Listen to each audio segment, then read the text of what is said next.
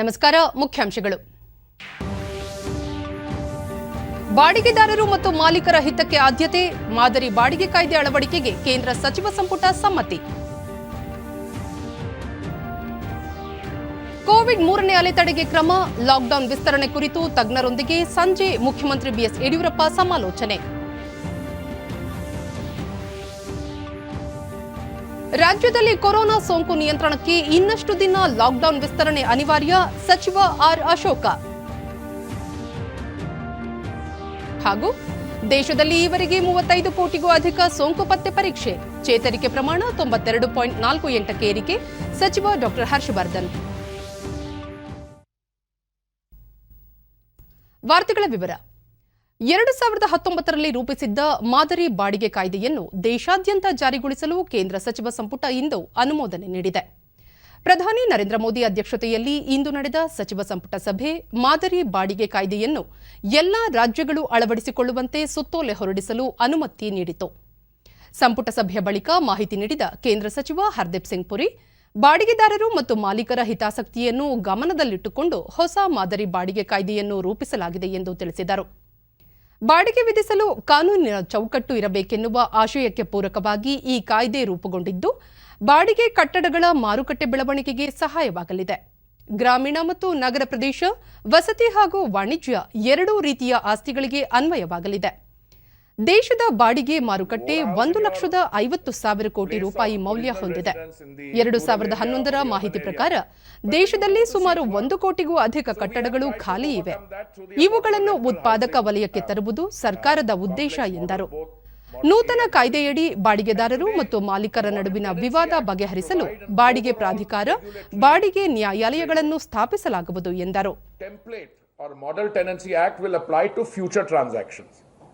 And the effort will be to take people from informal arrangements to a specific contract arrangement between the buyer of a service and the seller of a service, which in this case is the tenant and the landlord. It would be a written agreement with the terms and conditions to be determined by the landlord and the tenant. Shanghai ಸಹಕಾರ ಒಕ್ಕೂಟದ ಎಲ್ಲಾ ಸದಸ್ಯ ರಾಷ್ಟ್ರಗಳ ನಡುವೆ ಸಮೂಹ ಮಾಧ್ಯಮ ಕ್ಷೇತ್ರದಲ್ಲಿ ಏರ್ಪಟ್ಟಿರುವ ಸಹಕಾರ ಒಪ್ಪಂದಕ್ಕೆ ಕೇಂದ್ರ ಸಚಿವ ಸಂಪುಟ ಅನುಮೋದನೆ ನೀಡಿದೆ. 2019ರ ಜೂನ್ನಲ್ಲಿ ಈ ಒಪ್ಪಂದಕ್ಕೆ ಸಹಿ ಹಾಕಲಾಗಿತ್ತು. ಇದರೊಂದಿಗೆ ಜಪಾನ್ ಜತೆಗಿನ ಸುಸ್ಥಿರ ನಗರಾಭಿವೃದ್ಧಿ ಸಹಕಾರ ಒಪ್ಪಂದ ಹಾಗೂ ಮಾಲ್ಡೀವ್ಸ್ ಜತೆಗಿನ ಸುಸ್ಥಿರ ನಗರಾಭಿವೃದ್ಧಿ ಒಪ್ಪಂದಕ್ಕೂ ಸಚಿವ ಸಂಪುಟದ ಅನುಮೋದನೆ ದೊರೆತಿದೆ. ಖನಿಜ ಸಂಪನ್ಮೂಲ ಕ್ಷೇತ್ರಕ್ಕೆ ಸಂಬಂಧಿಸಿ ಅರ್ಜೆಂಟೀನಾದೊಂದಿಗೆ ಏರ್ಪಡಿಸಿಕೊಳ್ಳಲು ಉದ್ದೇಶಿಸಿರುವ ಒಪ್ಪಂದಕ್ಕೂ ಅನುಮತಿ ನೀಡಲಾಗಿದೆ.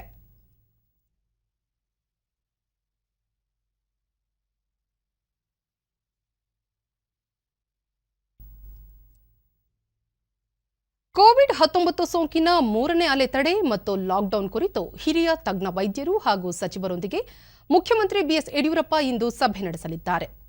ಸಭೆಯಲ್ಲಿ 3ನೇ ಅಲೆ ತಡೆಗಟ್ಟಲು ಸರ್ಕಾರ ಕೈಗೊಳ್ಳಬೇಕಾಗಿರುವ ಕ್ರಮಗಳು ಮತ್ತು ಅದರಿಂದ ಉಂಟಾಗಬಹುದಾದ ಪರಿಣಾಮಗಳ ಕುರಿತು ಚರ್ಚೆ ನಡೆಯುವ ಸಾಧ್ಯತೆಗಳಿವೆ.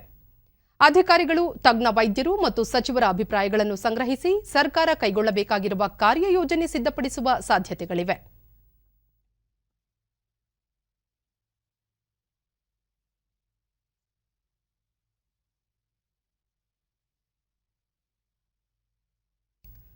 ರಾಜ್ಯದಲ್ಲಿ ಕೊರೋನಾ ಸೋಂಕು ಮತ್ತಷ್ಟು ಹರಡದಂತೆ ತಡೆಯಲು ಲಾಕ್ಡೌನ್ ವಿಸ್ತರಣೆ ಅಗತ್ಯ ಮತ್ತು ಅನಿವಾರ್ಯ ಎಂದು ಕಂದಾಯ ಸಚಿವ ಆರ್ ಅಶೋಕ ಮಂಡ್ಯದಲ್ಲಿಂದು ಹೇಳಿದ್ದಾರೆ.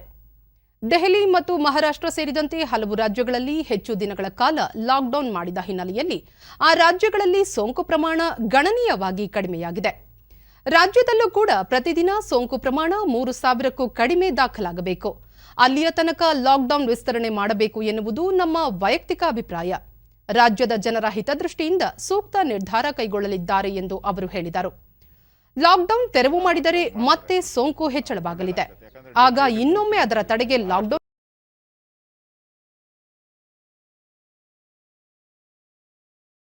ತಿಳಿಸಿದರು. ಕೇಂದ್ರೀಯ ಪ್ರೌಢಶಿಕ್ಷಣ ಪರೀಕ್ಷಾ ಮಂಡಳಿ ಸಿಬಿಎಸ್ಇ 12ನೇ ತರಗತಿಯ ಪರೀಕ್ಷೆಯನ್ನು ರದ್ದು ಮಾಡಿದೆ. ಇದೇ ಮಾದರಿಯಲ್ಲಿ ರಾಜ್ಯದಲ್ಲಿ ವಿದ್ಯಾರ್ಥಿಗಳ ಹಿತದೃಷ್ಟಿಯಿಂದ ದ್ವಿತೀಯ ಪಿಯುಸಿ ಪರೀಕ್ಷೆಯನ್ನು ರದ್ದು ಮಾಡುವುದು ಒಳ್ಳೆಯದು. ಈ ಸಂಬಂಧ ಶಿಕ್ಷಣ ಸಚಿವರು ಸೂಕ್ತ ಕ್ರಮ ಕೈಗೊಳ್ಳಬೇಕು ಎಂದು ಹೇಳಿದರು. ಅಲ್ಟಿಮೇಟ್ ಆಗಿ ಮುಖ್ಯಮಂತ್ರಿಗಳು ತೀರ್ಮಾನ ತೆಗೆದುಕೊಳ್ತಾರೆ. ಮುಖ್ಯಮಂತ್ರಿಗಳ ಪೂರ್ತಿ ಅಧಿಕಾರ ಇದೆ ತೆಗೆದುಕೊಳ್ಳೋದಕ್ಕೆ. ಮಾಡಬೇಕು. ದೇಶದಲ್ಲಿ ಏನಾಗಿದೋ ರಾಜ್ಯದಲ್ಲೂ ಹಾಗೆ ಮಾಡಿದ್ರೆ ಒಳ್ಳೇದು.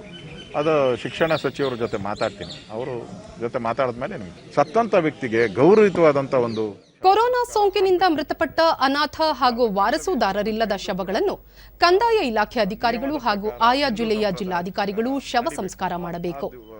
ಅಸ್ಥಿ ವಿಸರ್ಜನೆಗೆ 15 ದಿನ ಗಡುವು ನೀಡಿದ್ದು, ಅಷ್ಟರೊಳಗೆ ಮೃತರ ಸಂಬಂಧಿಕರು ತೆಗೆದುಕೊಂಡು ಹೋಗದಿದ್ದರೆ ತಹಶೀಲ್ದಾರ್, ಉಪವಿಭಾಗಾಧಿಕಾರಿಗಳು ಹಾಗೂ ಜಿಲ್ಲಾಧಿಕಾರಿಗಳೇ ಇದನ್ನು ವಿಸರ್ಜನೆ ಮಾಡಬೇಕು ಎಂದು ತಿಳಿಸಿದರು.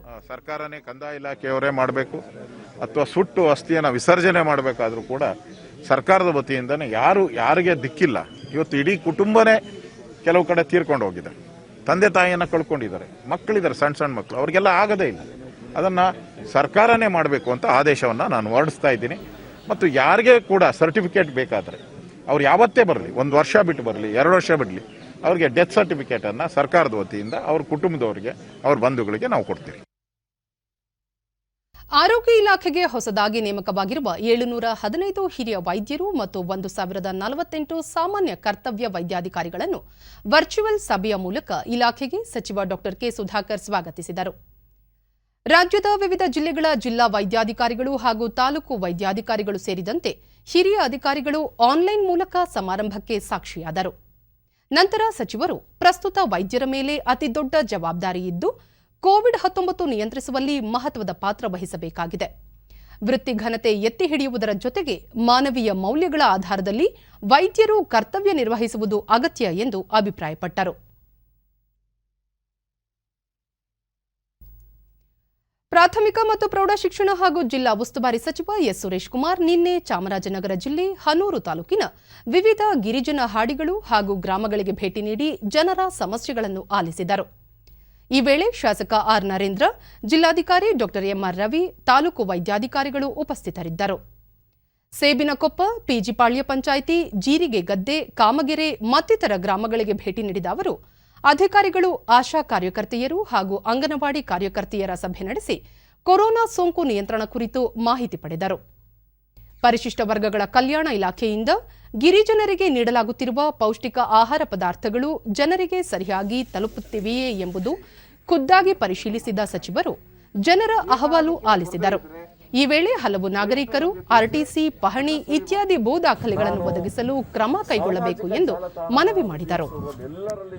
ಬಳಿಕ ಸುರೇಶ್ ಕುಮಾರ್, ಮಹಿಳೆಯೊಬ್ಬರು ಆಹಾರದ ಸಮಸ್ಯೆ ಎದುರಿಸುತ್ತಿದ್ದಾರೆ ಎಂದು ಸಾಮಾಜಿಕ ಜಾಲತಾಣದಲ್ಲಿ ಮಾಹಿತಿ ಬಿತ್ತರವಾದ ಹಿನ್ನೆಲೆಯಲ್ಲಿ ಗ್ರಾಮಕ್ಕೆ ಭೇಟಿ ನೀಡಿ ಪರಿಶೀಲಿಸಲಾಗಿದ್ದು, ಆ ಮಾಹಿತಿ ಸತ್ಯಕ್ಕೆ ದೂರವಾದದ್ದು. ಗ್ರಾಮಸ್ಥರ ಸಮಸ್ಯೆಗಳಿಗೆ ಶೀಘ್ರದಲ್ಲೇ ಪರಿಹಾರ ದೊರಕಿಸಲಾಗುವುದು. ಲಸಿಕೆ ಅಭಿಯಾನ ಹಮ್ಮಿಕೊಳ್ಳುವುದರ ಜೊತೆಗೆ ಆಂಬ್ಯುಲೆನ್ಸ್ ಹಾಗೂ ಅಗತ್ಯ ವೈದ್ಯರನ್ನು ನೇಮಿಸಲಾಗಿದೆ. ಜನರು ಸುಳ್ಳು ಸುದ್ದಿಗಳಿಗೆ ಕಿವಿಗೊಡದೆ ಸೋಂಕು ತಡೆಗಟ್ಟಲು ಸರ್ಕಾರದೊಂದಿಗೆ ಕೈಜೋಡಿಸಬೇಕು ಎಂದು ಮನವಿ ಮಾಡಿದರು.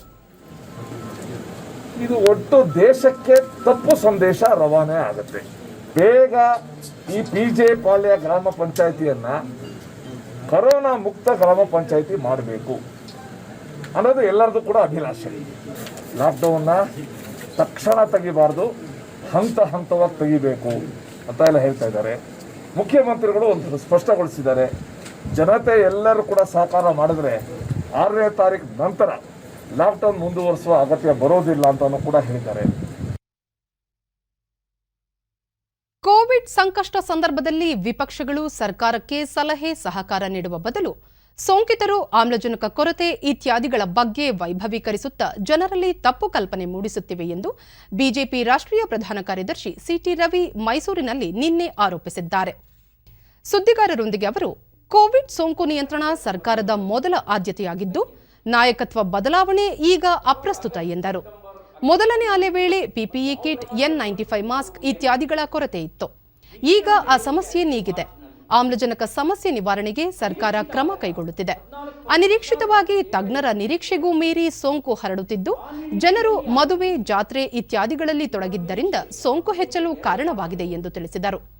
ಆದರೆ ಪ್ರಧಾನಿ ನರೇಂದ್ರ ಮೋದಿ ಅವರ ವರ್ಚಸ್ಸಿಗೆ ಮಸಿ ಬಳಿಯಲು ಕಾಂಗ್ರೆಸ್ ಸೇರಿದಂತೆ ವಿಪಕ್ಷಗಳು ಆಧಾರರಹಿತ ಸುದ್ದಿಗಳನ್ನು ಹರಡುತ್ತಿವೆ. ಕೋವಿಡ್ ಸೋಂಕಿತರ ಸಾವಿನ ಬಗ್ಗೆ ಅನುಮಾನಗಳಿದ್ದಲ್ಲಿ ಸೂಕ್ತ ತನಿಖೆ ನಡೆಸುವ ಎಲ್ಲಾ ಸಾಧ್ಯತೆಗಳಿವೆ. ಮಾಹಿತಿ ಮುಚ್ಚಿಡುವ ಯಾವುದೇ ಉದ್ದೇಶ ಸರ್ಕಾರದ ಮುಂದೆ ಇಲ್ಲ ಎಂದು ಅವರು ಸ್ಪಷ್ಟಪಡಿಸಿದರು. ಕರ್ನಾಟಕಕ್ಕೆ 300 ಮೆಟ್ರಿಕ್ ಟನ್ ಸಾಕಾಗ್ತಿತ್ತು. ಇವತ್ತು 1050-1075 ಮೆಟ್ರಿಕ್ ಟನ್ ಸರಬರಾಜು ಆಗ್ತದೆ. ಬೇಡಿಕೆ 4 ಪಟ್ಟು ಜಾಸ್ತಿ ಆದಾಗ ತಾತ್ಕಾಲಿಕ ಕೇರ್ ಸಿಟಿ ನಿರ್ಮಾಣ ಆಯಿತು. ಆದರೆ ಅದಕ್ಕೆ ಉತ್ತರ ಕೊಡುವಂಥ ಈಗ ನೋಡಿ, ಯಾರು PPE ಕಿಟ್ ಇಲ್ಲ, N95 ಮಾಸ್ಕ್ ಇಲ್ಲ ಅಂತ ಈ ಸರಿ ಕೇಳ್ತಾ ಇಲ್ಲ. ಕಳೆದ ಅವಧಿನಲ್ಲಿ N95 ಮಾಸ್ಕ್ ಸಿಗ್ತಿರ್ಲಿಲ್ಲ. ಈಗ ಅದನ್ನು ಸ್ವಾವಲಂಬನೆ ಆಗಿದೆ. ಈಗ ನಿಧಾನಕ್ಕೆ ಆಕ್ಸಿಜನ್ನಲ್ಲೂ ಸ್ವಾವಲಂಬನೆ ಕಡೆಗೆ ಹೆಜ್ಜೆ ಆಗ್ತಾ ಇದ್ದೀವಿ. ಆದರೆ ಕಾಂಗ್ರೆಸ್ನ ಟೋಲ್ ಕಿಟ್ ಪ್ರಕಾರ ಬೆಡ್ ಬ್ಲಾಕ್ ಮಾಡಬೇಕು ಇದೆ. ದೆಹಲಿ ಮತ್ತು ಬೆಂಗಳೂರು ಹಲವು ಪ್ರದೇಶಗಳಲ್ಲಿ ಬೆಡ್ ಬ್ಲಾಕಿಂಗ್ ಮಾಡಿರುವಂಥ ಉದಾಹರಣೆಗಳು ಕಂಡು ಬಂದಿದ್ದಾವೆ. ಈ ತಿಂಗಳ 15ರವರೆಗೆ ಲಾಕ್ಡೌನ್ ಯಥಾವತ್ತಾಗಿ ಮುಂದುವರೆಸುವುದು ಸೂಕ್ತ ಎಂದು ನಗರಾಭಿವೃದ್ಧಿ ಸಚಿವ BA ಬಸವರಾಜು ಅಭಿಪ್ರಾಯಪಟ್ಟಿದ್ದಾರೆ. ಬೆಂಗಳೂರಿನಲ್ಲಿಂದು ಅವರು ಜನರು ಸರ್ಕಾರದ ನಿಯಮಗಳಿಗೆ ಕಟ್ಟು ಬೀಳದೆ ಸ್ವಯಂ ಪ್ರೇರಿತವಾಗಿ ಅನಗತ್ಯ ಓಡಾಟ ನಿಲ್ಲಿಸಬೇಕು. ಈ ಕುರಿತು ಮುಖ್ಯಮಂತ್ರಿಗಳಿಗೆ ಅಭಿಪ್ರಾಯ ತಿಳಿಸಲಾಗುವುದು. ಎಲ್ಲರ ಅಭಿಪ್ರಾಯ ಸಂಗ್ರಹಿಸಿ ಮುಖ್ಯಮಂತ್ರಿಗಳು ಸೂಕ್ತ ನಿರ್ಧಾರ ಕೈಗೊಳ್ಳಲಿದ್ದಾರೆ ಎಂದರು. ಆ ಸಂದರ್ಭದಲ್ಲಿ ನಾನು ಮಾನ್ಯ ಮುಖ್ಯಮಂತ್ರಿಗಳಿಗೆ ಈ ಲಾಕ್ಡೌನ್ ಅನ್ನ 15ನೇ ತಾರೀಕುವರೆಗೂ ಮುಂದುವರಿಸಬೇಕು ಅಂತ ಒಂದು ಮನವಿಯನ್ನ ಮಾಡ್ತೇನೆ. 15ನೇ ತಾರೀಕುವರೆಗೂ ಇದನ್ನ ಸಂಪೂರ್ಣವಾಗಿ ನಾವು ಲಾಕ್ಡೌನ್ ಅನ್ನ ಮುಂದುವರಿಸಿ ತದನಂತರ ಪರಿಸ್ಥಿತಿಗಳನ್ನ ಅವಲೋಕನ ಮಾಡಿಕೊಂಡು ಆದ ನಂತರ ಯಾವ ತೀರ್ಮಾನಗಳನ್ನ ಮಾನ್ಯ ಮುಖ್ಯಮಂತ್ರಿ ತೆಗೆದುಕೊಂಡ್ರೆ ಅದಕ್ಕೆ ನಾವೆಲ್ಲರೂ ಕೂಡ ಬರ್ತೀವಿ. ಇನ್ನೂ ನಮಗೆ ಸಂಖ್ಯೆಗಳು ಇಳಿಮುಖ ಆಗಬೇಕಾಗಿದೆ. ಇಲ್ಲ ಒಂದು ಕಡೆ 200, 300, ಒಂದು 500ಕ್ಕೆ ಬರುವಂಥ ವಾತಾವರಣ ನಿರ್ಮಾಣ ಇಡೀ ರಾಜ್ಯದಲ್ಲಿ ನಾನು ಹೇಳ್ತಕ್ಕಂಥದ್ದು. ಆ ಥರ ಆದಾಗ ಮಾತ್ರ ಇಲ್ಲ ಒಂದು ಕಡೆ ನಿಯಂತ್ರಣಕ್ಕೆ ಬರಲಿಕ್ಕೆ ಸಾಧ್ಯ ಆಗ್ತದೆ. ಮತ್ತು 3ನೇ ಅಲೆ ಕೂಡ ಬರ್ತದೆ ಅಂತೇಳಿ ತಜ್ಞರು ಹೇಳ್ತಾ ಇದ್ದಾರೆ. ಅದಕ್ಕೂ ಕೂಡ ನಾವು ತಯಾರಾಗಬೇಕು. ಆ ನಿಟ್ಟಿನಲ್ಲಿ ಇವತ್ತು ನಾವು ಹಲವಾರು ಕಾರ್ಯಕ್ರಮಗಳನ್ನು ರೂಪಿಸ್ಕೊಬೇಕಾಗಿರೋದ್ರಿಂದ ನಮಗೆ ಈ ಲಾಕ್ಡೌನ್ ವಿಸ್ತರಣೆ ಅವಶ್ಯಕತೆ. ಈಗ ಏನಾಗಿದೆ, ಕೆಲವು ಏನಾಗಿದೆ ಇವತ್ತು ಎಸೆನ್ಷಿಯಲ್ಲು ಅಂತ ಹೇಳ್ತಾರೆ, ಔಷಧಿ ಅಂಗಡಿಗೆ ಹೋಗ್ಬೇಕು ಅಂತಾರೆ, ಬೇರೆ ಬೇರೆ ಥರದ ಇದನ್ನು ಕೂಡ ಹೇಳ್ತಾ ಇದ್ದಾರೆ. ಹಾಗಾಗಿ ನಾವು ಕೂಡ ಹೆಚ್ಚಿಗೆ ಸಾರ್ವಜನಿಕರಿಗೆ ಏನು ಹೇಳಲಿಕ್ಕೆ ಆಗ್ತಾ ಇಲ್ಲ. ಆದರೆ ಸಾರ್ವಜನಿಕರು ಎಲ್ಲೋ ಒಂದು ಕಡೆ ಅದನ್ನು ಅರ್ಥಕೊಂಡು ಇವತ್ತು ಮನೆಯಲ್ಲಿ ಇರ್ತಕ್ಕಂಥ ವಾತಾವರಣ ನಿರ್ಮಾಣ ಮಾಡ್ಕೊಬೇಕು. ಇವತ್ತು ಇಷ್ಟೊಂದು ಜನ ಸಾವು ನೋವುಗಳಾಗ್ತಾ ಇದೆ, ಇಷ್ಟೊಂದು ಜನ ಸಂಖ್ಯೆಯಲ್ಲಿ ಕೋವಿಡ್ ಏರಿಕೆ ಆಗ್ತಾ ಇರೋದನ್ನು ನೋಡಿ ಅವರು ಅದನ್ನು ಕಲ್ತ್ಕೊಬೇಕು ಹೊರತು ನಾವು ಪಾಠ ಹೇಳಿ ಕಲ್ತ್ಕೊಳ್ಳೋಂಥದ್ದು ಇದು ಆಗಲ್ಲ. ಹಾಗಾಗಿ ಕಡೆ ಎಲ್ಲಿ ಪೇಷಂಟ್ಸ್ ಇಲ್ಲ. ಇದೇ ಸಂದರ್ಭದಲ್ಲಿ ಬಿಬಿಎಂಪಿ ಆಯುಕ್ತ ಗೌರವ್ ಗುಪ್ತಾ ಸೋಂಕಿತರಿಲ್ಲದ ಕೋವಿಡ್ ಕೇರ್ ಕೇಂದ್ರಗಳನ್ನು ಯಥಾವತ್ತಾಗಿ ಸ್ಥಗಿತಗೊಳಿಸಲಾಗಿದೆ. ಅಲ್ಲಿರುವ ಸೌಲಭ್ಯಗಳನ್ನು ಅಗತ್ಯವಿದ್ದಾಗ ಬಳಸಿಕೊಂಡು ಮರು ಕಾರ್ಯಾರಂಭ ಮಾಡಲಾಗುವುದು ಎಂದು ತಿಳಿಸಿದರು. ಮಕ್ಕಳಿಗೆ ವಿಶೇಷವಾಗಿರ್ತಕ್ಕಂಥ ಒಂದು ಪೀಡಿಯಾಟ್ರಿಕ್ ಕೇರ್ ಮಾಡ್ತಕ್ಕಂಥ ದಿಕ್ಕಿನಲ್ಲಿ ನಾವು ಕೂಡ ಚಿಂತನೆ ಮಾಡ್ತಾ ಇದ್ದೀವಿ. ಒಂದು ಪ್ರತ್ಯೇಕವಾಗಿರ್ತಕ್ಕಂತಹ ಕೆಲವು ಪೀಡಿಯಾಟ್ರಿಕ್ ICU ಯೂನಿಟ್ಸ್ ಅನ್ನು ಸ್ಥಾಪನೆ ಮಾಡ್ತಕ್ಕಂಥ ದಿಕ್ಕಿನಲ್ಲಿ ಕೂಡ ಚಿಂತನೆ ನಡೀತಾ ಇದೆ. ನಮಗೆ ಡೀಟೇಲ್ಸ್ ಆಮೇಲೆ ಸರ್. 80% ಜನರು ನೆಕ್ಸ್ಟ್ ಡೇನೇ ಅವರಿಗೆ ರಿಸಲ್ಟ್ಸ್ ಬರುತ್ತೆ. 20% 2ನೇ ದಿನ ಬರುತ್ತೆ. ಆದರೆ ನಿಮ್ಮಲ್ಲಿ 5 ದಿನ ನೀವು ಇನ್ನು ಹೇಳ್ತಾ ಇದ್ದೀವಿ, ಅದು ಯಾವುದೇ ದೃಷ್ಟಿಯಲ್ಲಿ ಅದು ಸಮಂಜಸವಲ್ಲ. ಅದನ್ನು ಎಲ್ಲಿದೆ, ಯಾವ ಟೆಸ್ಟ್ ಇದೆ, ಲ್ಯಾಬ್ ಇದೆ, ನಮಗೆ ಡೀಟೇಲ್ಸ್ ಕೊಡಿ, ನಾನು ಅದನ್ನು ಕ್ರಮ ಕೈಗೊಳ್ತೀನಿ. ಕೆಆರ್ ಆಸ್ಪತ್ರೆಯಲ್ಲಿ 1 ಕೋಟಿ ರೂಪಾಯಿ ವೆಚ್ಚದಲ್ಲಿ ನೂತನ ಆಮ್ಲಜನಕ ಘಟಕ ಸ್ಥಾಪಿಸಲಾಗುವುದು ಎಂದು ಸಂಸದ ಪ್ರತಾಪ್ ಸಿಂಹ ನಿನ್ನೆ ಮೈಸೂರಿನಲ್ಲಿ ತಿಳಿಸಿದ್ದಾರೆ. ರಾಷ್ಟ್ರೀಯ ಹೆದ್ದಾರಿ ಪ್ರಾಧಿಕಾರಕ್ಕೆ ಆಮ್ಲಜನಕ ಘಟಕ ನಿರ್ಮಾಣದ ಜವಾಬ್ದಾರಿ ವಹಿಸಿದ್ದು ಮುಂದಿನ ಜೂನ್ ಅಂತ್ಯದ ವೇಳೆಗೆ ಕಾರ್ಯಾರಂಭ ಮಾಡಲಿದೆ ಎಂದರು. ಜಯದೇವ ಆಸ್ಪತ್ರೆ ಆವರಣದಲ್ಲಿಯೂ ಘಟಕ ನಿರ್ಮಿಸುವ ಯೋಜನೆ ಸಿದ್ಧಗೊಳಿಸಲಾಗಿದೆ. ಅದಕ್ಕೆ ಅಗತ್ಯ ಸೌಲಭ್ಯಗಳಾದ ಸ್ಥಳ ಮತ್ತು ವಿದ್ಯುತ್ ಸಂಪರ್ಕಕ್ಕೆ ಕ್ರಮ ಕೈಗೊಳ್ಳಲಾಗಿದೆ ಎಂದು ತಿಳಿಸಿದರು. ರಾಜ್ಯದಲ್ಲಿ ಅತಿ ದೊಡ್ಡ ಆಸ್ಪತ್ರೆಯಾಗಿರುವುದರ ಜೊತೆಗೆ ಬಡವರಿಗೆ ನೆರವಾಗುತ್ತಿರುವ ಕೆಆರ್ ಆಸ್ಪತ್ರೆಯಲ್ಲಿ ಆಮ್ಲಜನಕ ಘಟಕ ನಿರ್ಮಿಸಲು ನಿರ್ಧರಿಸಲಾಗಿದೆ. ಪ್ರಧಾನಿ ನರೇಂದ್ರ ಮೋದಿ, ರಕ್ಷಣಾ ಸಚಿವ ರಾಜನಾಥ್ ಸಿಂಗ್ ಹಾಗೂ ಪೆಟ್ರೋಲಿಯಂ ಸಚಿವಾಲಯಗಳ ಸಹಕಾರದಿಂದ ಆಮ್ಲಜನಕ ಘಟಕ ನಿರ್ಮಾಣ ಸಾಧ್ಯವಾಗುತ್ತಿದೆ ಎಂದು ಅವರು ತಿಳಿಸಿದರು. ಬಡಬಗ್ಗರು ಇರ್ಬೋದು, ಎಲ್ಲರೂ ಕೂಡ ಬರುವಂಥವ್ರು ಕೈಗೆಟ್ಕೋ ಇದರಲ್ಲಿ ವೆಚ್ಚದಲ್ಲಿ ಚಿಕಿತ್ಸೆ ಸಿಗುವಂಥದ್ದು ಯಾವುದು ಅಂತಂದರೆ ನಮ್ಮ KR ಹಾಸ್ಪಿಟಲ್ ಆಗಿದೆ. ಹಾಗಾಗಿ KR ಹಾಸ್ಪಿಟಲ್ನೇ ಅಂದರೆ ಇಲ್ಲಿ ನಿಮಗೆ ಒಂದು 500-600ಕ್ಕಿಂತ ಹೆಚ್ಚು ಏನು ರೋಗಿಗಳಿಗೆ ಆಶ್ರಯ ಕೊಡುವಂತಹ ಒಂದು ಯಾವುದಾದ್ರೂ ಒಂದು ಹಾಸ್ಪಿಟಲ್ ಇದ್ದರೆ ಇಡೀ ಕರ್ನಾಟಕದಲ್ಲೇ ಬಿಗ್ಗೆಸ್ಟ್ ಏನೋ ಡಿಸ್ಟಿಕ್ ಹಾಸ್ಪಿಟಲ್ಗಳಲ್ಲಿ ನಮ್ಮ KR ಹಾಸ್ಪಿಟಲ್ ಕೂಡ ಒಂದಾಗಿದೆ. ಹಾಗಾಗಿ KR ಹಾಸ್ಪಿಟಲ್ ಸಹಜವಾಗಿ ನಾವು ಆಯ್ಕೆಯನ್ನು ಮಾಡಿದ್ದೀವಿ. ನೋಡಿ, ಒಂದು ಹೇಳ್ತಾನೆ, ಈ ಒಂದು ಪ್ಲಾಂಟನ್ನು ಸುಮಾರು 1 ಕೋಟಿಗಿಂತ ಹೆಚ್ಚು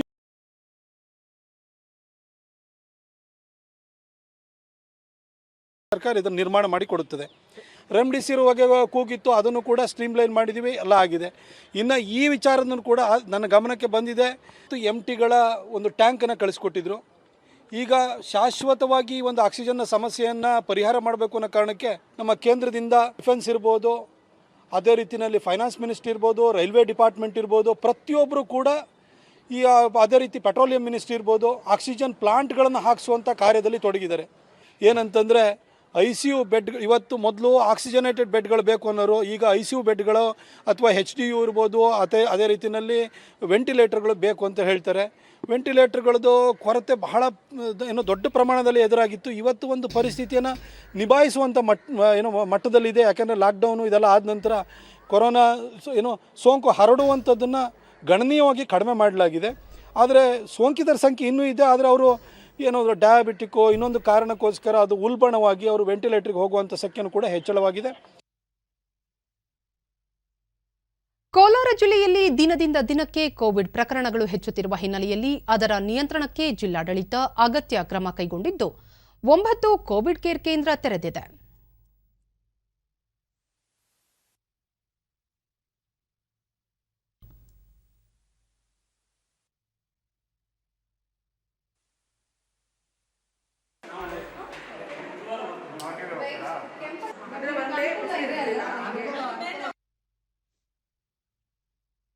ಕೇಂದ್ರದಲ್ಲಿ ಚಿಕಿತ್ಸೆ ಪಡೆಯುತ್ತಿರುವ ಕೆಂಪಣ್ಣ, ಶಾಂಭವಿ ಹಾಗೂ ಮತ್ತೋರ್ವ ಸೋಂಕಿತರು ಅಭಿಪ್ರಾಯ ಹಂಚಿಕೊಂಡು ವೈದ್ಯರು ಹಾಗೂ ದಾದಿಯರು ಉತ್ತಮ ಆರೈಕೆ ಮಾಡುತ್ತಿದ್ದಾರೆ, ಗುಣಮುಖರಾಗುತ್ತಿದ್ದೇವೆ ಎಂದರು. ಚೆಕ್ ಮಾಡ್ತಾರೆ, ಮತ್ತೆ ತಿರುಗಿ ಮಧ್ಯಾಹ್ನ ಹೋಗಿ ಚೆಕ್ ಮಾಡ್ತಾರೆ, 3 ಗಂಟೆನೂ ಚೆಕ್ ಮಾಡ್ತಾರೆ. ಚೆಕಪ್ ಮಾಡ್ತಾ ಇದ್ದಾರೆ. ಕೋವಿಡ್ ಕೇರ್ ಕೇಂದ್ರದ ಸಿಬ್ಬಂದಿ ಭವಾನಿ 250 ಜನರಿದ್ದರು. ಈಗ ಅದರಲ್ಲಿ 150 ಸೋಂಕಿತರು ಗುಣಮುಖರಾಗಿ ಬಿಡುಗಡೆಯಾಗಿದ್ದಾರೆ. ಇರುವ ಎಲ್ಲ ಸೋಂಕಿತರಿಗೆ ಬೆಳಿಗ್ಗೆ, ಮಧ್ಯಾಹ್ನ, ಸಂಜೆ ಕಾಲಕಾಲಕ್ಕೆ ವೈದ್ಯರು ತಪಾಸಣೆ ನಡೆಸಿ ಅದಕ್ಕೆ ಅಗತ್ಯ ಔಷಧಿ ನೀಡುವ ಜೊತೆಗೆ ಸೋಂಕಿತರಲ್ಲಿ ಆತ್ಮವಿಶ್ವಾಸ ತುಂಬಿಸಲು ವ್ಯಾಯಾಮ ಮಾಡಿಸಲಾಗುತ್ತಿದೆ ಎಂದು ತಿಳಿಸಿದರು. 250 ಪೇಷಂಟ್ಸ್ ಮೇಲೆ ಅಡ್ಮಿಟ್ ಆಗಿದ್ರು. ಇವಾಗ ಒಂದು 100 ಪೇಷಂಟ್ಸ್ ಡಿಸ್ಚಾರ್ಜ್ ಆದ್ರು. ಒಂದು ಬೆಡ್ ಮೇಲೆ 40 ಜನ ಇದ್ದಾರೆ. ತುಂಬಾ ಕೋವಿಡ್ ಕೇರ್ ಕೇಂದ್ರದಲ್ಲಿ 250 ಜನರಿದ್ದರು. ಬಹುತೇಕ ಕೈಗಾರಿಕಾ ಕಾರ್ಮಿಕರು. ಅವರಿಗೆ ಬೇಕಾಗುವ ಸೌಲಭ್ಯಗಳನ್ನು ಒದಗಿಸಲಾಗುತ್ತಿದೆ ಎಂದು ಹೇಳಿದರು. ಆಕ್ಸಿಜನ್ ಸಪ್ಲೈ ಬೇಕಾಗಿರೋ ನೆಸೆಸಿಟಿ ಇರೋ ಸೀರಿಯಸ್ ಕೇಸಸ್ನೆಲ್ಲ ರೆಫರ್ ಮಾಡಿಬಿಡ್ತೀವಿ. ಮಾಮೂಲಿ ಎಸಿಂಟಮ್ಯಾಟಿಕ್ ಪೇಷಂಟ್ಸ್ನ 10 ಡೇಸ್ ಇಟ್ಕೊಳ್ತೀವಿ. ಇಲ್ಲಿ 10 ಡೇಸ್ ಇಟ್ಕೊಂಡು ಮಾರ್ನಿಂಗ್ ಟಿಫನು, ಮಧ್ಯಾಹ್ನ ಲಂಚು ಮತ್ತು ನೈಟು ಊಟ ಕೊಡ್ತೀವಿ. ಡಾಕ್ಟರ್ಸ್ 4 ರೌಂಡ್ ಹೋಗ್ತಾರೆ. ಅವ್ರಿಗೆ ಏನೇನು ನೆಸೆಸಿಟಿ ಟ್ಯಾಬ್ಲೆಟ್ಸ್ ಎಲ್ಲ ಕೊಡ್ತೀವಿ. ಮಾರ್ನಿಂಗು ಈವ್ನಿಂಗು ಅವ್ರಿಗೆ ಎಕ್ಸಸೈಸ್ ಮಾಡಿಸ್ತೀವಿ. ಅಂದರೆ ನಮ್ಮ ಆ್ಯಂಬುಲೆನ್ಸ್ನ ನಾವು ಎಲ್ಲಿರುತ್ತೋ ಹತ್ತಿರದಲ್ಲಿರೋ ಆ್ಯಂಬುಲೆನ್ಸ್ನ ನಾವು ಕೋವಿಡ್ ಕೇರ್ ಸೆಂಟರ್ಗೆ ಕಳಿಸ್ತೀವಿ. ಅಕಸ್ಮಾತ್ ಏನಾದರೂ ಉಸಿರಾಟದ ತೊಂದರೆ ಕಂಡು ಬಂದಲ್ಲಿ ಸೊ ಆ ಟೈಮ್ ಪೀರಿಯಡಲ್ಲಿ ಅವ್ರು ಆಕ್ಸಿಜನ್ ಕಾನ್ಸಂಟ್ರೇಟರ್ನ ಯುಟಿಲೈಸ್ ಮಾಡ್ಕೊಳ್ಬೋದು. ಸೊ ಎಲ್ಲ ಫೆಸಿಲಿಟೀಸು ನಾವು ಜನರಿಗೆ ಕಲ್ಪಿಸ್ಕೊಡ್ತಿರೋದ್ರಿಂದ ದಯವಿಟ್ಟು ಹೋಮ್ ಐಸೋಲೇಷನಲ್ಲಿ ಯಾರು ಸೌಕರ್ಯ ಇಲ್ಲದೇ ಇರೋರು ಯಾರಿದ್ದೀರಾ, ಮನೆಯಲ್ಲಿ ಇನ್ನಿತರರಿಗೂ ಪಾಸಿಟಿವ್ನ ಸ್ಪ್ರೆಡ್ ಮಾಡದೆ ತಾವು ಬಂದು ಕೋವಿಡ್ ಕೇರ್ ಸೆಂಟರಲ್ಲಿ ದಾಖಲಾಗಬೇಕು. ನಮ್ಮ ಜಿಲ್ಲೆಯಲ್ಲಿ ಇಲ್ಲಿವರೆಗೂ 9 ಕಡೆ ಜಿಲ್ಲಾಧಿಕಾರಿ ಡಾಕ್ಟರ್ ಸೆಲ್ವಮಣಿ ಈಗಾಗಲೇ ಹೋಮ್ ಐಸೋಲೇಷನ್ಗೆ ಅವಕಾಶ ನೀಡಲಾಗಿತ್ತು. ಆದರೆ ಸಾಕಷ್ಟು ಹಳ್ಳಿಗಳಲ್ಲಿ ಜನರು ಕೋವಿಡ್ ಮಾರ್ಗಸೂಚಿ ಪಾಲಿಸದ ಹಿನ್ನೆಲೆಯಲ್ಲಿ ಕೋವಿಡ್ ಕೇರ್ಗೆ ದಾಖಲು ಮಾಡಲಾಗುತ್ತಿದೆ. ಕೇಂದ್ರದಲ್ಲಿ ಅನೇಕ ಸೌಲಭ್ಯ ಒದಗಿಸಿರುವುದಾಗಿ ಅವರು ತಿಳಿಸಿದರು. ಅದನ್ನು ಕೊಟ್ಟು ಸ್ಟೆಬಿಲೈಸ್ ಮಾಡ್ತಾರೆ. ಅದಿಲ್ಲದೆ ಅವ್ರಿಗೇನಾದರೂ ಇನ್ನೂ ಹೆಚ್ಚಿನ ಮೆಡಿಕಲ್ ಟ್ರೀಟ್ಮೆಂಟ್ ಬೇಕಿದೆ ಅಂತ ಅವರನ್ನು ತಾಲೂಕು ಹಾಸ್ಪಿಟಲ್ಗೋ ಅಥವಾ ಜಿಲ್ಲಾ ಆಸ್ಪತ್ರೆಗೋ ಕಳಿಸ್ತಾರೆ. ಧಾರವಾಡ ಜಿಲ್ಲೆಯ ಗ್ರಾಮೀಣ ಭಾಗದಲ್ಲಿ ಸೋಂಕು ಹರಡದಂತೆ ತಡೆಯುವ ಉದ್ದೇಶದಿಂದ ಜಿಲ್ಲಾಡಳಿತ ಕೋವಿಡ್ ಕಾಳಜಿ ಕೇಂದ್ರಗಳನ್ನು ಸ್ಥಾಪಿಸಲು ಮುಂದಾಗಿದೆ. ಜಿಲ್ಲೆಯ ಅಂಚಟಗೇರಿ ಗ್ರಾಮದಲ್ಲಿ 200 ಹಾಸಿಗೆಗಳ ಕೋವಿಡ್ ಕಾಳಜಿ ಕೇಂದ್ರ ಸ್ಥಾಪಿಸಲಾಗಿದೆ. ವೈದ್ಯರು ಹಾಗೂ ಸಹಾಯಕ ಸಿಬ್ಬಂದಿ ಸೇರಿದಂತೆ ಸೋಂಕಿತರಿಗೆ ಪೌಷ್ಟಿಕ ಆಹಾರ, ವಸತಿ, ಅಗತ್ಯ ಔಷಧೋಪಚಾರ ಈ ಕಾಳಜಿ ಕೇಂದ್ರದಲ್ಲಿ ನೀಡಲಾಗುತ್ತಿದೆ.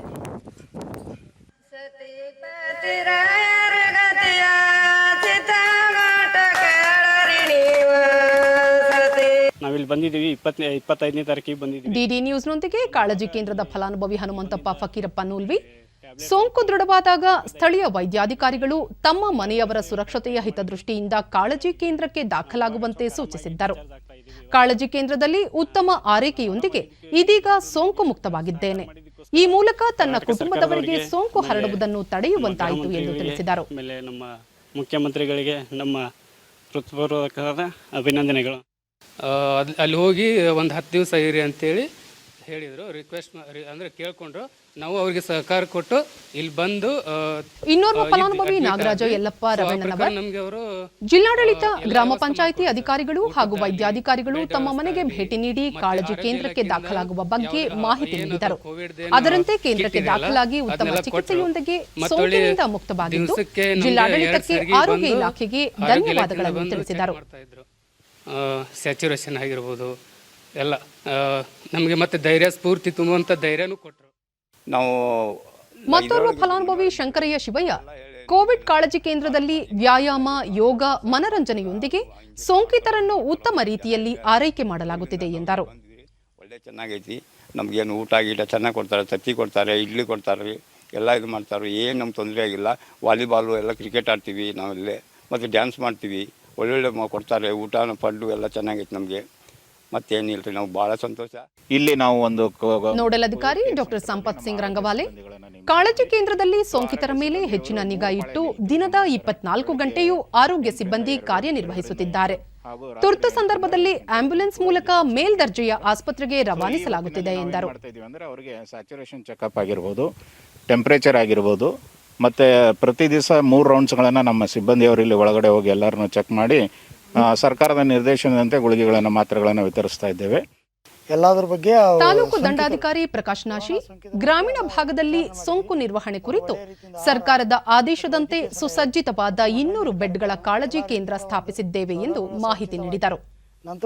ನಂತರ ಅಂಚಟಗೇರಿ ಗ್ರಾಮದಲ್ಲಿ 200 ಬೆಡ್ ಹಾಗೂ ಪಲ್ಲಂಗ ಎಲ್ಲ ಸೌಲಭ್ಯಗಳಿದ್ದಂಥ ಒಂದು ಶಿಶು ಕೇಂದ್ರ, ಒಳ್ಳೆ ಸುಸಜ್ಜಿತವಾದ ಶಿಶು ಕೇಂದ್ರ ಒಳಗೊಂಡಿರುತ್ತದೆ. ಕೇಂದ್ರ ಆರೋಗ್ಯ ಮತ್ತು ಕುಟುಂಬ ಕಲ್ಯಾಣ ಸಚಿವ ಡಾಕ್ಟರ್ ಹರ್ಷವರ್ಧನ್ ಅವರಿಂದು ರಾಷ್ಟ್ರೀಯ ಆರೋಗ್ಯ ಪ್ರಾಧಿಕಾರದ ವಿವಿಧ ಆರೋಗ್ಯ ಯೋಜನೆಗಳನ್ನು ಡಿಜಿಟಲ್ ಸ್ವರೂಪದಲ್ಲಿ ಪಡೆಯಬಹುದಾದ ಅಂತರ್ಜಾಲ ವೇದಿಕೆಗೆ ಚಾಲನೆ ನೀಡಿದರು. ಬಳಿಕ ಅವರು ಡಿಜಿಟಲ್ ಮಾದರಿಯಲ್ಲಿರುವ ಆರೋಗ್ಯ ಯೋಜನೆಗಳು ಹೆಚ್ಚು ಫಲಾನುಭವಿಗಳನ್ನು ತಲುಪಿವೆ.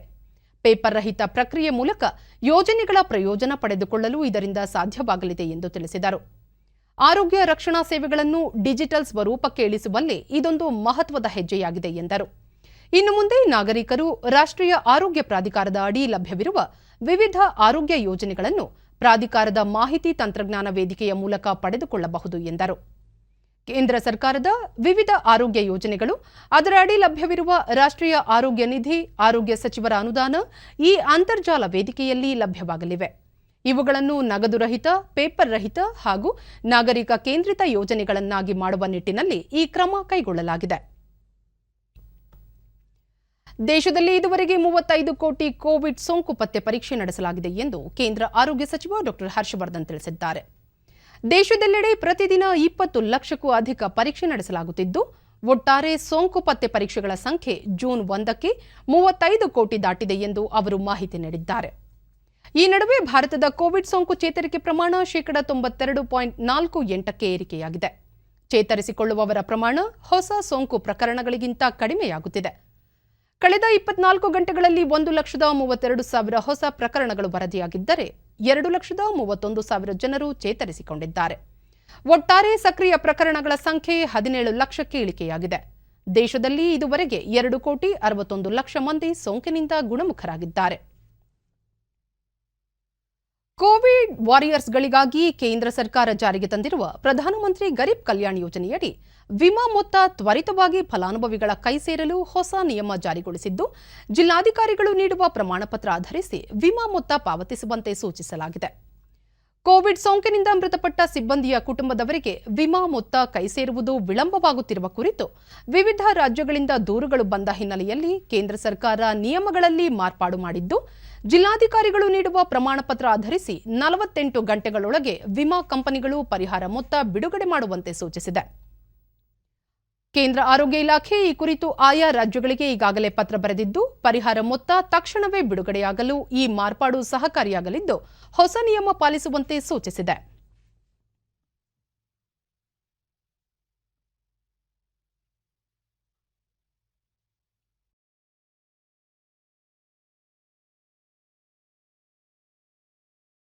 ಲಸಿಕೆಗಳ ತುರ್ತು ಬಳಕೆಗೆ ಭಾರತ ಅನುಮೋದನೆ ನೀಡಿದೆ. ಈಗಾಗಲೇ ಅಮೆರಿಕ, ಇಂಗ್ಲೆಂಡ್, ಜಪಾನ್ ಸೇರಿದಂತೆ ವಿವಿಧ ರಾಷ್ಟ್ರಗಳು ಈ ಲಸಿಕೆಗಳ ತುರ್ತು ಬಳಕೆಗೆ ಅನುಮತಿ ನೀಡಿವೆ. ಇದೀಗ ಭಾರತದ ಪ್ರಧಾನ ಔಷಧ ನಿಯಂತ್ರಕರು ದೇಶದಲ್ಲಿ ಈ ಔಷಧಗಳ ಬಳಕೆಗೆ ಅನುಮೋದನೆ ನೀಡಿದ್ದಾರೆ. ಈ ಕುರಿತು ಮಾಹಿತಿ ನೀಡಿರುವ ಪ್ರಧಾನ ಔಷಧ ನಿಯಂತ್ರಕ ವಿಜಿ ಸೋಮಾನಿ, ತುರ್ತು ಸನ್ನಿವೇಶಗಳಲ್ಲಿ ಲಸಿಕೆಗಳನ್ನು ನಿರ್ಬಂಧಿತ ಬಳಕೆ ಮಾಡಲು ಅನುಮತಿ ನೀಡಲಾಗಿದೆ ಎಂದು ತಿಳಿಸಿದ್ದಾರೆ. ಫೈಜರ್ ಮತ್ತು ಮಾಡೆರ್ನಾ ಕೋವಿಡ್ ಲಸಿಕೆಗಳನ್ನು ವಿಶ್ವ ಆರೋಗ್ಯ ಸಂಸ್ಥೆ ಈಗಾಗಲೇ ತುರ್ತು ಬಳಕೆ ಪಟ್ಟಿಗೆ ಸೇರ್ಪಡೆ ಮಾಡಿದೆ. ದೇಶದಲ್ಲಿ ಕೋವಿಡ್ 2ನೇ ಅಲೆ ಹೆಚ್ಚಾಗಿರುವ ಕಾರಣ ಕೇಂದ್ರ ಸರ್ಕಾರ ಲಸಿಕಾ ಅಭಿಯಾನಕ್ಕೆ ಇನ್ನಷ್ಟು ಚುರುಕು ನೀಡುವ ಉದ್ದೇಶ ಹೊಂದಿದೆ. ಈಗ ತುರ್ತು ಬಳಕೆಗೆ ಅನುಮತಿ ನೀಡಿರುವುದರಿಂದ ಈ ಲಸಿಕೆಗಳನ್ನು ಆಮದು ಮಾಡಿಕೊಳ್ಳಲು ಸುಲಭವಾಗಲಿದೆ. ಮ್ಯೂಕರ್ಮೈಕೋಸಿಸ್ ಅಥವಾ ಕಪ್ಪು ಶಿಲೀಂಧ್ರ ಸೋಂಕಿಗೆ ಬಳಸುವ ಆಂಫೋಟೆರಿಸಿನ್ ಬಿ ಇಂಜೆಕ್ಷನ್ ಕೊರತೆಯಾಗದಂತೆ ಕೇಂದ್ರ ಸರ್ಕಾರ ಕ್ರಮ ಕೈಗೊಂಡಿದೆ. ಆಂಫೋಟೆರಿಸಿನ್ ಬಿ ಇಂಜೆಕ್ಷನ್ಗಳ ರಫ್ತಿನ ಮೇಲೆ ನಿರ್ಬಂಧ ಹೇರಿದೆ. ಕೋವಿಡ್-19 ಸೋಂಕಿನ ಬಳಿಕ ದೇಶದಲ್ಲಿ ಕಪ್ಪು ಶಿಲೀಂಧ್ರ ಪ್ರಕರಣಗಳು ಹೆಚ್ಚಾಗಿ ಕಂಡುಬರುತ್ತಿವೆ. ಈ ಸೋಂಕನ್ನು ಸಹ ಸಾಂಕ್ರಾಮಿಕ ರೋಗವೆಂದು ಪರಿಗಣಿಸಲಾಗಿದ್ದು, ಕೇಂದ್ರ ಸರ್ಕಾರ ಸೋಂಕಿನ ನಿಯಂತ್ರಣಕ್ಕೆ ಕಟ್ಟುನಿಟ್ಟಿನ ಕ್ರಮಗಳನ್ನು ಕೈಗೊಂಡಿದೆ. ಇದರ ಚಿಕಿತ್ಸೆಗೆ ಬಳಕೆ ಮಾಡುವ ಇಂಜೆಕ್ಷನ್ಗಳನ್ನು ಸ್ವತಃ ತಾನೇ ಪೂರೈಕೆ ಮಾಡುತ್ತಿದೆ. ಇದೀಗ ಭಾರತದ ವಿದೇಶ ವ್ಯಾಪಾರ ಪ್ರಧಾನ ನಿರ್ದೇಶನಾಲಯ ಇವುಗಳ ರಫ್ತಿಗೆ ನಿರ್ಬಂಧ ವಿಧಿಸಿದೆ. ಒಂದೊಮ್ಮೆ ರಫ್ತು ಮಾಡುವುದಿದ್ದಲ್ಲಿ ರಫ್ತುದಾರರು ನಿರ್ದೇಶನಾಲಯದ ಅನುಮತಿ ಪಡೆದಿರಬೇಕು ಎಂದು ಸೂಚಿಸಲಾಗಿದೆ. ಬ್ರಿಕ್ಸ್ ರಾಷ್ಟ್ರಗಳಾದ ಭಾರತ, ಬ್ರೆಜಿಲ್, ರಷ್ಯಾ, ಚೈನಾ ಮತ್ತು ದಕ್ಷಿಣ ಆಫ್ರಿಕಾ ರಾಷ್ಟ್ರಗಳ ವಿದೇಶಾಂಗ ಸಚಿವರ ಸಭೆ ನಿನ್ನೆ ನಡೆಯಿತು. ಸಭೆಯ ಅಧ್ಯಕ್ಷತೆ ವಹಿಸಿದ್ದ ಭಾರತದ ವಿದೇಶಾಂಗ ಸಚಿವ ಎಸ್ ಜೈಶಂಕರ್, ಭಾರತ ನ್ಯಾಯಯುತ, ಸಮಾನ ಹಾಗೂ ಪ್ರಾತಿನಿಧಿಕ ಬಹುಧ್ರುವೀಯ ಅಂತಾರಾಷ್ಟ್ರೀಯ ವ್ಯವಸ್ಥೆಯನ್ನು ಗೌರವಿಸುತ್ತದೆ. ಅಂತಾರಾಷ್ಟ್ರೀಯ ಕಾನೂನು ಮತ್ತು ವಿಶ್ವಸಂಸ್ಥೆಯ ನಿಯಮಗಳಿಗೆ ಅನುಸಾರವಾಗಿ ಎಲ್ಲಾ ದೇಶಗಳ ಸಾರ್ವಭೌಮತೆ ಹಾಗೂ ಅವರ ಪ್ರಾದೇಶಿಕ ಸಮಗ್ರತೆಗೆ ಶ್ರಮಿಸುತ್ತದೆ ಎಂದರು. ಚೈನಾ ವಿದೇಶಾಂಗ ಸಚಿವ ವಾಂಗ್ ಯಿ ಸೇರಿದಂತೆ ಎಲ್ಲಾ ದೇಶಗಳ ಸಚಿವರು ಭಾರತದಲ್ಲಿ ಕೋವಿಡ್ 2ನೇ ಅಲೆ ತೀವ್ರವಾಗಿರುವುದರ ಕುರಿತು ಕಳವಳ ವ್ಯಕ್ತಪಡಿಸಿದರು. ಎಲ್ಲ ರೀತಿಯ ಸಹಕಾರ ಮುಂದುವರಿಸಲು ಸಿದ್ಧವಿರುವುದಾಗಿ ತಿಳಿಸಿದರು. ಸಭೆಯ ಕೊನೆಯಲ್ಲಿ ಎಲ್ಲ ಸಚಿವರು ಭಾರತೀಯ ಪರಂಪರೆಯ ದ್ಯೋತಕವಾಗಿರುವ ನಮಸ್ತೆ ಎನ್ನುವ ಮೂಲಕ ವಿದಾಯ ಹೇಳಿದ್ದು ವಿಶೇಷವಾಗಿತ್ತು. ದೇಶದಲ್ಲಿ ಲಸಿಕೆ ಅಭಿಯಾನ ವಿಶೇಷವಾಗಿ ಮುಂದುವರೆದಿದೆ. ಇದುವರೆಗೆ 21,80,46,667 ಮಂದಿಗೆ ಲಸಿಕೆ ನೀಡಲಾಗಿದೆ ಎಂದು ಕೇಂದ್ರ ಆರೋಗ್ಯ ಸಚಿವಾಲಯ ತಿಳಿಸಿದೆ. ದೇಶದಲ್ಲಿ ಕೊರೋನಾ ಮಾದರಿಗಳ ಪರೀಕ್ಷಾ ಸಾಮರ್ಥ್ಯದಲ್ಲಿ ನಿರಂತರವಾಗಿ ಹೆಚ್ಚಳ ಮಾಡಲಾಗುತ್ತಿದ್ದು, ಇದುವರೆಗೆ ಒಟ್ಟು 35,57,330 ಮಂದಿಗೆ ಕೊರೋನಾ ಮಾದರಿ ಪರೀಕ್ಷೆ ನಡೆಸಲಾಗಿದೆ. ನಿನ್ನೆ ಒಂದೇ ದಿನ 20,19,773 ಮಂದಿಯ ಮಾದರಿ ಪರೀಕ್ಷಿಸಲಾಗಿದೆ ಎಂದು ಭಾರತೀಯ ವೈದ್ಯಕೀಯ ಸಂಶೋಧನಾ ಮಂಡಳಿ ಐಸಿಎಂಆರ್ ತಿಳಿಸಿದೆ. ಕೋವಿಡ್-19 ಮೂರನೇ ಅಲೆ ಮಕ್ಕಳ ಮೇಲೆ ಪ್ರಭಾವ ಬೀರುವ ಸಾಧ್ಯತೆಗಳ ಹಿನ್ನೆಲೆಯಲ್ಲಿ ಕೇಂದ್ರ ಸರ್ಕಾರ ಅಗತ್ಯ ಸಿದ್ಧತೆ ಮಾಡಿಕೊಳ್ಳುತ್ತಿದೆ. ಶೀಘ್ರದಲ್ಲೇ ಮೂರನೇ ಅಲೆಯ ಮಾರ್ಗಸೂಚಿಗಳನ್ನು ಬಿಡುಗಡೆ ಮಾಡಲಾಗುವುದು ಎಂದು ನೀತಿ ಆಯೋಗದ ಸದಸ್ಯ ವಿಕೆ ಪಾಲ್ ತಿಳಿಸಿದ್ದಾರೆ. ದೆಹಲಿಯಲ್ಲಿ ನಿನ್ನೆ ಅವರು ರಾಷ್ಟ್ರಮಟ್ಟದಲ್ಲಿ ಮೂರನೇ ಅಲೆ ತಡೆಗೆ ತಜ್ಞರ ತಂಡ ರಚಿಸಲಾಗಿದ್ದು, ಈ ತಂಡ ಮಾರ್ಗಸೂಚಿಗಳನ್ನು ಸಿದ್ಧಪಡಿಸುವ ಅಂತಿಮ ಘಟ್ಟದಲ್ಲಿದ್ದು, ಶೀಘ್ರದಲ್ಲೇ ಬಿಡುಗಡೆ ಮಾಡಲಾಗುವುದು. ಜನರು ಯಾವುದೇ ಆತಂಕ ಪಡುವ ಅಗತ್ಯವಿಲ್ಲ ಎಂದು ಹೇಳಿದ್ದಾರೆ.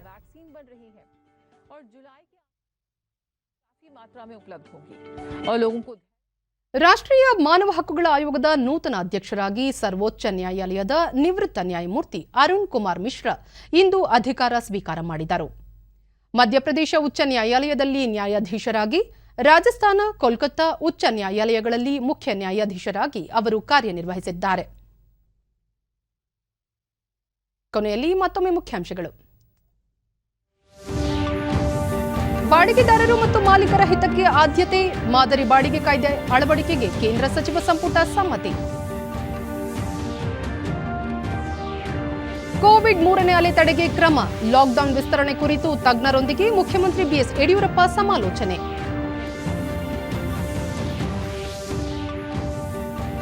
ರಾಜ್ಯದಲ್ಲಿ ಕೊರೋನಾ ಸೋಂಕು ನಿಯಂತ್ರಣಕ್ಕೆ ಇನ್ನಷ್ಟು ದಿನ ಲಾಕ್ಡೌನ್ ವಿಸ್ತರಣೆ ಅನಿವಾರ್ಯ, ಸಚಿವ ಆರ್ ಅಶೋಕ. ಹಾಗೂ ದೇಶದಲ್ಲಿ ಈವರೆಗೆ 35 ಕೋಟಿಗೂ ಅಧಿಕ ಸೋಂಕು ಪತ್ತೆ ಪರೀಕ್ಷೆ, ಚೇತರಿಕೆ ಪ್ರಮಾಣ 92.48ಕ್ಕೆ ಏರಿಕೆ, ಸಚಿವ ಡಾಕ್ಟರ್ ಹರ್ಷವರ್ಧನ್. ನಮ್ಮ ವಾರ್ತಾ ಪ್ರಸಾರವನ್ನು ನೀವು ಡಿಡಿ ಚಂದನ ನ್ಯೂಸ್ ಯೂಟ್ಯೂಬ್ ಚಾನೆಲ್ನಲ್ಲೂ ವೀಕ್ಷಿಸಬಹುದು. ವೀಕ್ಷಕರೇ, ನಾನು ಈಗ ಸ್ಟುಡಿಯೋದಿಂದ ತೆರಳುತ್ತಿರುವ ಕಾರಣ ಮಾಸ್ಕ್ ಧರಿಸುತ್ತಿದ್ದೇನೆ. ನೀವು ಸಹ ಮನೆಯಿಂದ ಹೊರಹೋಗುವ ಮುನ್ನ ಸರಿಯಾದ ಕ್ರಮದಲ್ಲಿ ತಪ್ಪದೇ ಮಾಸ್ಕ್ ಧರಿಸಿ. ವ್ಯಕ್ತಿಗತ ಅಂತರ ಕಾಪಾಡಿಕೊಳ್ಳುವುದರೊಂದಿಗೆ ನೀವು ಸುರಕ್ಷಿತವಾಗಿರಿ, ನಿಮ್ಮವರನ್ನು ಸುರಕ್ಷಿತವಾಗಿರಿಸಿ. ನೈರ್ಮಲ್ಯಕ್ಕೆ ಆದ್ಯತೆ ನೀಡುವುದರ ಜೊತೆಗೆ ಸೋಂಕು ತಡೆಗೆ 18 ವರ್ಷಕ್ಕೂ ಮೇಲ್ಪಟ್ಟ ಎಲ್ಲರೂ ಕೋವಿಡ್-19 ಲಸಿಕೆ ಪಡೆಯಿರಿ. ನಮ್ಮ ಮುಂದಿನ ವಾರ್ತಾ ಪ್ರಸಾರ ಸಂಜೆ 7 ಗಂಟೆಗೆ. ನಮಸ್ಕಾರ.